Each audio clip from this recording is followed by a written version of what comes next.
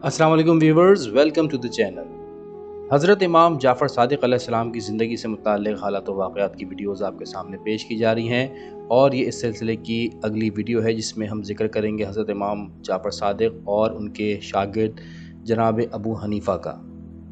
जिस किताब के रेफरेंस से ये वीडियोज़ बनाई जा रही हैं उसका नाम है 14 सितारे, जो कि मकतब अहले तशय्युअ की एक मशहूर किताब है।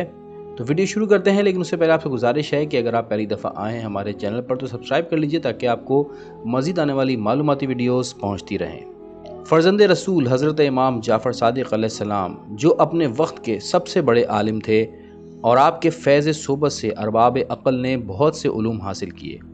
आप ही की एक कनीज़ भी थी जिसका नाम था हुसैनिया, जिसने बादशाह वक्त के दरबार में 40 उलमा इस्लाम को चुप करके दम बखुद कर दिया था।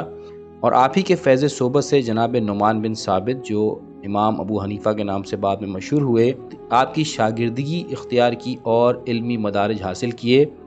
जनाब नुमान बिन साबित सन 80 हिजरी में मकाम कूफा में पैदा हुए और इनकी कुनियत अबू हनीफ़ा थी और ये अजमी नस्ल थे और इनको हारून रशीद अब्बासी के अहद में काफ़ी उरूज हासिल हुआ। हशाम बिन अब्दुल मालिक बिन मरवान के ज़माने में इन्हें इमाम आज़म का भी खिताब मिला।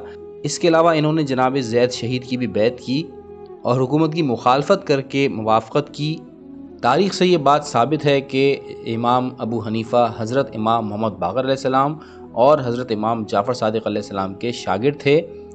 तवारीख़ में मिलता है कि हज़रत इमाम जाफ़र सादिक़ अलैहिस्सलाम की खिदमत में अबू हनीफ़ा हाज़िर हुआ करते थे और अक्सर ये होता था कि इमाम जाफ़र सादिक़ इनका इम्तिहान लेकर उन्हें कोई फ़ायदा पहुँचा दिया करते थे।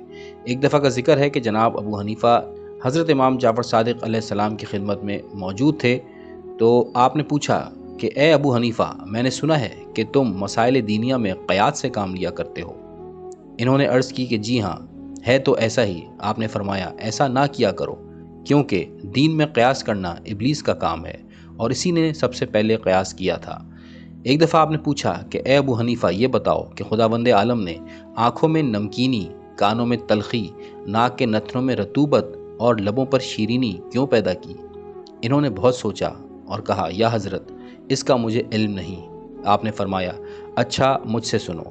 आँखें चर्बी का ढीला हैं, अगर इनमें शोरियत और नमकीनी ना होती तो पिघल जाती।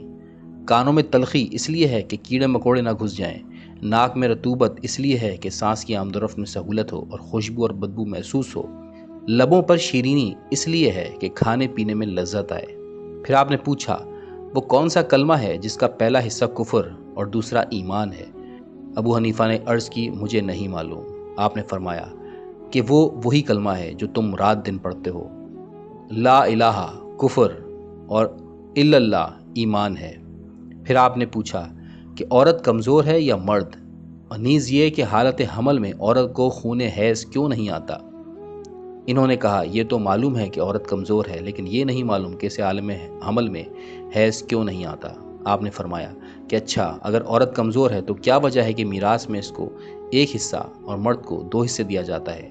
इन्होंने जवाब दिया, मुझे मालूम नहीं। आपने फरमाया कि औरत का नुफ़क़ा मर्द पर है और हुसूल आज़ूक़ा इसी के ज़िम्मे है, इसीलिए इसे दोहरा दिया गया। और औरत को आलम हमल में खून हैज़ इसलिए नहीं आता कि वो बच्चे के पेट में दाखिल होकर ग़िज़ा बन जाता है।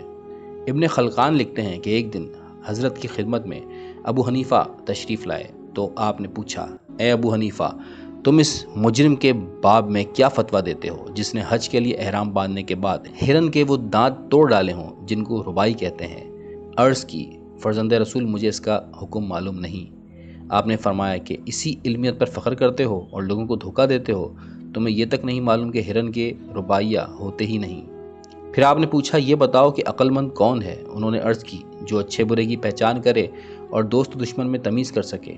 आपने फरमाया, ये सिफ़त और तमीज़ तो जानवरों में भी होती है, वो भी प्यार करते हैं, मारते हैं, यानी अच्छे बुरे को जानते हैं। अबू हनीफ़ा ने कहा, तो आप ही फरमा दें। आपने इरशाद फरमाया, अक्लमंद वो है जो 2 नेकियों और 2 बुराइयों में इम्तियाज़ कर सके कि कौन सी नेकी तरजीह देने के काबिल और 2 बुराइयों में कौन सी बुराई कम और कौन सी ज़्यादा है। वीवर्स, यहाँ पर आज की वीडियो का अख्तिताम करते हैं। इससे आगे के हालात व वाक़यात हम अगली वीडियोज़ में आपके सामने पेश करेंगे। वीडियो देखने का शुक्रिया। अल्लाह हाफ़िज़।